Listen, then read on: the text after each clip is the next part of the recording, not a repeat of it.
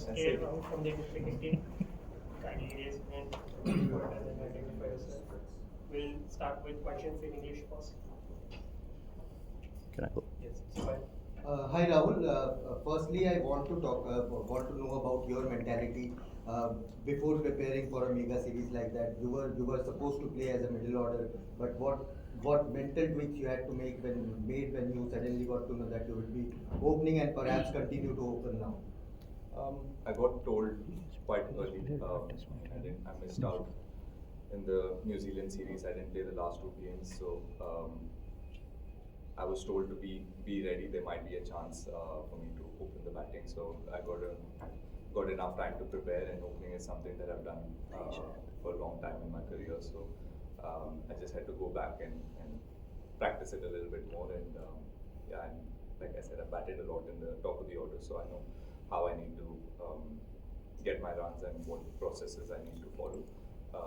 And I got enough practice time. I came here early. I played an India A game, which helped me to get some time in the middle. We played a few practice games as well, so I got a lot of time in the middle. So it was good. It helped me in my preparation. And as in comfort wise, what do you prefer now that you are a senior batter in the team, middle order slot or an opener? Anything. I said this before. I just want to be in the playing 11. Fit me in wherever, and just want to go there, bat, and play for the team. Mr. Kaushik. Rahul, you batted 6 in South Africa, and you came to Hyderabad, you batted 4, and then you went back to 6. Now you have 2. So, just in terms of the mindset, I know you said you opened without me, you're opening it, but what kind of changes do you have to make, both technically and in terms of how you approach the innings? I don't know, honestly. I don't have a answer to that. I mean, I just go there, try and see what I need to do in that given scenario, and whenever I walk in, what is it that the team requires, what is it that I need to do to get runs from there on, and yeah, try and keep my game as simple as I can. Yeah, luckily for me, I batted in different positions, so early on when I was asked to bat in different places, it was a bit of a challenge mentally, and not so much technique, but at least mentally how to play those first 20-25 balls, what shots I can play, how early can I attack, how much do I need to,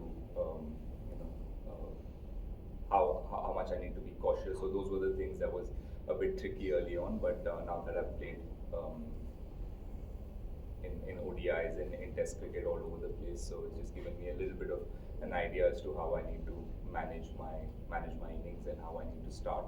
And I feel like it's just the start that's important, whether I'm batting top of the order or in the middle order. It's just the start, the first 30-40 balls. If I can manage that, then everything else starts to seem like it's regular batting. So that's what I try to focus on. Yes, Sandeep. Yeah. Rahul, everyone is talking about pink ball test match, especially batting under lights. Everyone is saying that it does a lot under lights. You have batted briefly in Canberra. So how are you preparing for this challenge? Yeah, this will be my first pink ball test match. So I don't have game experience as much as some of the other players who played. So for us, it's just about speaking to the guys who played and trying to understand what were the things that they found hard, or how did they manage to, if there were any changes that they made. In whatever little we've trained and played the practice game, I felt like it was just a little different to the red ball in terms of how well you see the ball and how well you pick up the ball from the bowler's hand. That's been a bit of a challenge, but yeah, so we've got a bit of time. We've been training hard, and hopefully by the time the game starts, we would have had enough practice sessions and we'll get used to what the pink ball does. Yeah. Mr. Muthu and then Mr. Rohit. Hi Rahul, you've opened the batting in a lot of tough places, especially fast bowling friendly pitches and stuff, and you've had a lot of success. How do you how do you work on that? Because it looks like you put a lot of priority in leaving the ball, playing under the eyes, and all of that. So what's your what are the things that the checklist that you have when you go out in the middle and you know the pitch is going to be fast ball friendly and the fast bowlers are going to be coming at you? Yeah, like I said, I try and keep it really simple. The new ball does move a lot, so you need to respect the first 20-25 overs and and try and soak in the pressure and try and get used to the pace or whatever the wicket's doing. Just try and get used to it, and if you can get through that period, then like I said, batting seems pretty normal to wherever you are in the world. So it's about managing those first 20-25 overs, and like you rightly mentioned, those are the things, those are the key points that you need to really work on, playing the ball late, leaving a lot of balls, and waiting for the bowlers to come to you. Yeah, so those are the things that I try to do, and yeah, I've played in different conditions, so when you do well in different conditions, in pace-friendly conditions, or away from home, you do get a little bit of confidence, and you do understand how you need to do it, and you try and repeat those processes again and again. Okay. Jaiswal had spoken about the kind of role that you played in helping him during his innings. Could you talk us through, the kind of equation that you were sharing with him? And also in terms of, mental clarity of how you want to sort of go about your innings, is that something that you already have a very set pattern? You kind of know what you really want to do? Yeah, with Jaiswal, it's the first time I'm actually batting with him. I don't think we've batted together before this. In first innings, we didn't really get enough time. He got out really early, so. But we did have a few chats before in training sessions as well, and I tried to share whatever little I've learned from playing here in Australia and facing up against the new ball. So those were the conversations that we had. But in the second innings, obviously, it was a really important period that second day where we had to put runs on board, and we knew if we can do that, we'll be ahead in the game. And for that, I've realized how important the opening partnership is when you travel overseas. So just try to speak to him, calm him down, and I could, like I said, I saw a little bit of myself when I was here 10 years ago, opening the batting for the first time. A lot of doubts, a lot of nerves, and you keep doubting your own game, and there's a lot that happens in your head. So the only thing that you can do is to slow things down, try and take a few deep breaths and focus on one thing, and that's what was passed on to me by my fellow opening partner back then, Vijay. So I just passed that on to him, and again, it's the same again with him. Once he got past those first 30-40 balls, he started to feel a little bit more confident, and he was seeing the ball really well, and he batted beautifully. So it was just about trying to help him in that first 30-40 balls, and then he was good. So how are you different from the opener that was there 10 years ago now? How would you say you have evolved?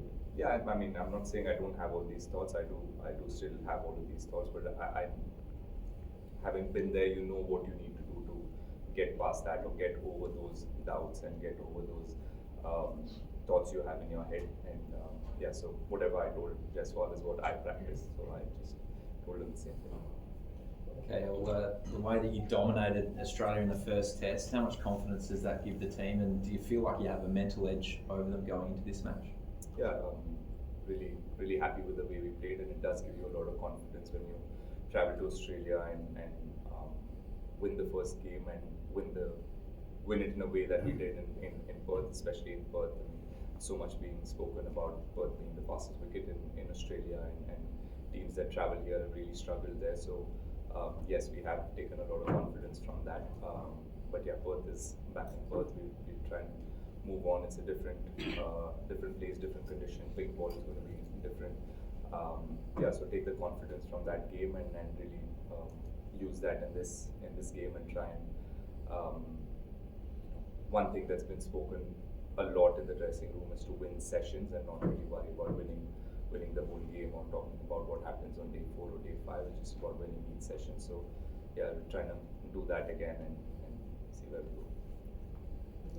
Rahul, have you been told where you are going to bat in this test, and would it be that your choice as well? I've been told, but I've also been told not to share it. We'll have to wait for day 1, or maybe when the captain comes here tomorrow. Yeah. Well, the digression. I mean, back home at the Swami Stadium, the proposal to name the stands after many legends you've grown up idolizing. And is there a secret hope that one day your name will come up on the stands? Yeah, I mean, everyone wishes for it, but yeah, I mean, I'll have to get as many runs as the people that have their names on the stands. So if I can do that, then, yeah, then maybe. But I don't really. And how do you react to the development? This development?